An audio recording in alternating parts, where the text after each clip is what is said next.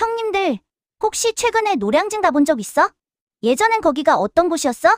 새벽부터 학원 앞줄 서려고 텐트 치고 그 유명한 컵밥 하나로 끼니 때우면서 문에 불을 켜고 공부하던 청춘들이 가득했잖아. 근데 요즘 노량진 가보면 진짜 깜짝 놀랄걸? 그 북적거리던 컵밥거리라 텅 비었어. 이건 대한민국 인재들의 지능적 탈출이 시작됐다는 아주 강력한 신호야. 형님들, 구급 공무원 경쟁률이 최근 32년 만에 최저치를 찍었대. 한때 100대 1을 넘기던 곳이 이제 20대 1 수준까지 떨어졌어. 특히 더 충격적인 건 피 터지게 공부해서 들어간 엘리트들이 5년도 안 돼서 사표 던지고 나온다는 거야.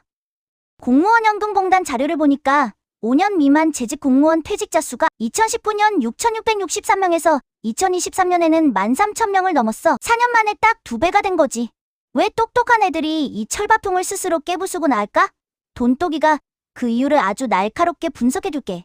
자, 일단 형님들, 이해가 확 가게 비유 하나 들어보자.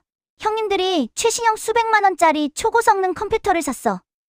근데 거기 깔린 운영체제가 95년도에 나온 윈도우 95야. 마우스 한 번 클릭하면 모래시계가 5분 동안 돌아가. 그럼 그 비싼 컴퓨터는 그냥 전기 먹는 하마일 뿐이잖아? 고지능자가 공직 사회에 들어가는 게 딱 이 꼴이야. 개인의 지능은 최첨단 하드웨어인데 조직의 시스템은 구석기 시대 소프트웨어인 거지. 경제학에서는 이걸 인적 자본의 미스매치라고 불러. 한국은행 같은 곳에서도 계속 경고하는 건데 고학력 인재들이 자기 능력보다 낮은 수준의 직무에 종사하면서 발생하는 경제적 손실, 즉 언더엠플로이먼트 현상이 심각하다는 거야. 엄청난 사회적 비용을 들여서 키워낸 인재를 복사기 앞에 세워두는 건 국가적인 낭비지. 본격적으로 왜 그들의 뇌가 공직에서 에러를 일으키는지 첫 번째 이유부터 가보자. 바로 비효율의 끝판왕, 대면 보고 지옥이야. 똑똑한 사람들은 문제를 해결할 때 본능적으로 최단 경로를 찾아내. 예를 들어 A에서 B로 가야 한다면 논리적으로 가장 빠르고 확실한 직진 코스를 설계한단 말이야. 그런데 공무원 조직은 어떠냐? 아주 간단한 서류 하나 결제받으려고 해도 메신저나 이메일은 절대 안 돼. 무조건 종이로 뽑아서 들고 가서 직접 얼굴 보고 대면 보고를 해야 해. 근데 결제 라인에 과장님, 국장님 줄줄이 있잖아? 그중 한 명이 이 단어 좀 이상한데? 수정해라고 하면 어떻게 될까? 다시 자리로 돌아가서 수정하고 처음부터 다시 대면 보고 줄을 서야 해. 1초면 클릭해서 끝낼 수 있는 일을 이 짓거리를 반복하느라 일주일 내내 붙잡고 있는 거야. 심지어 이런 일도 있어.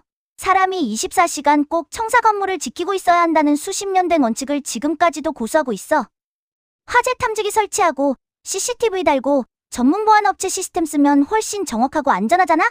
근데 예전부터 사람이 지켰으니까라는 그 캐캐묵은 규칙을 못 바꿔서 귀한 인재들이 주말까지 반납하고 건물 지키는 경비 역할을 하고 앉아있는 거야.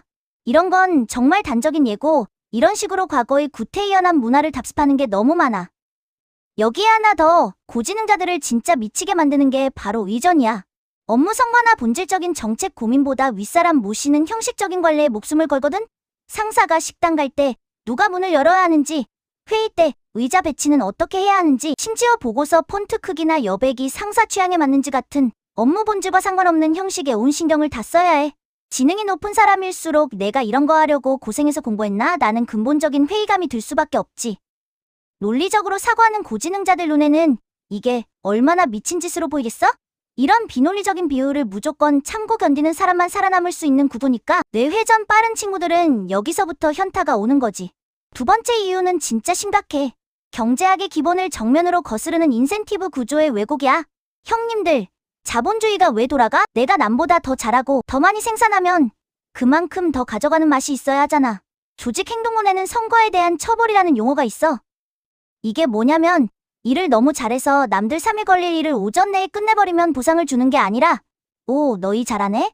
그럼 이것도 내가 해 하면서 옆자리 사람들이 미뤄둔 잡무를 다 얹어주는 거야. 유능할수록 오히려 더 많은 짐을 지게 되는 벌을 받는 꼴이지. 실제로 유능한 직원에게 일이 몰리는 현상은 수많은 인사관리 연구에서 실증적으로 증명됐어. 고지능자들은 본능적으로 계산기를 두드려. 내가 여기서 내 지능의 100%를 쓰면 나만 호구되는구나. 결국 뇌를 오프 상태로 두고 좀비처럼 일하거나 아니면 내 능력을 정당하게 가격 매겨주는 민간 시장으로 튀는 거야. 세 번째는 카산드라의 비극이야. 지능이 높다는 건 데이터를 읽고 미래를 예측하는 눈이 날카롭다는 뜻이기도 해. 이 사람들은 지금 하는 정책이 나중에 어떤 부작용을 낼지 남들보다 훨씬 빨리 본단 말이야. 하지만 공직은 책임 회피가 우선이야. 고지능자가 이거 나중에 진짜 큰일 납니다. 지금이라도 방행 틀어야 해라고 직언을 하면 조직 전체가 그를 부적응자로 몰아세워. 사례를 하나 들어줄게. 한 지자체에서 도시계획을 담당하던 고지능 인재가 데이터 분석 결과 지금 추진하는 사업이 예산 낭비가 될 게 뻔하다고 보고했어. 그랬더니 돌아온 건 시장님 공약인데 내가 뭔데 쟤를 뿌려라는 호통이었대. 결국 그 계획은 강행됐고 그 친구는 사표를 던졌어. 똑똑한 사람이 미리 경고등을 켜줬는데 조직이 귀찮다는 이유로 전구를 깨버리는 거지. 이런 일이 반복되면 고지능자는 깊은 무력감을 느끼고 탈출을 결심하게 돼. 형님들, 이제 정리 좀 해보자. 공무원 퇴사율이 역대급으로 높아지는 건 다 이유가 있어. 우리나라에서 제일 공부 잘한다는 애들이 몇 년씩 컵밥 먹으며 고생해서 들어갔는데 정작 가보니까 지능을 쓰면 손해보는 구조라는 걸 깨달아버린 거야. 이건 국가적으로 엄청난 인적 자본을 투자해놓고 그 가치를 스스로 갉아먹는 꼴이지. 페라리급 인재들을 데려다가 윈도우 95 시스템에 가둬놓고 대면 보고줄이나 서게 만드는 이 상황. 경제학적으로 보면 자원의 비효율적 배분의 끝판왕이야. 고지능자들이 공직에서 탈출하는 건 그들이 나약해서가 아니라 자신의 가치를 지키기 위한 가장 합리적인 경제적 선택을 하는 거야. 자신의 감가상각을 막기 위해 더 높은 수익률을 보장하는 시장으로 이동하는 거지. 만약 공직사회가 이들을 잡고 싶다면 방법은 하나뿐이야. 지적 자율성을 보장하고 선거에 따른 확실한 보상을 줘야 해. 하던 대로 해가 아니라 내가 더 나은 방법을 찾아봐라고 판을 깔아줘야 한다는 거지. 예산 같은 경우도 지금은 예산을 꼭 다 써야만 하는 분위기로 만드는데 예산을 절감하면 인센티브를 지급하는 식으로 해야 비효율적인 관행을 타파할 수 있어. 이렇게 하면 우리 형님들 세금이 줄줄 새나가는 것도 막을 수 있을 거야.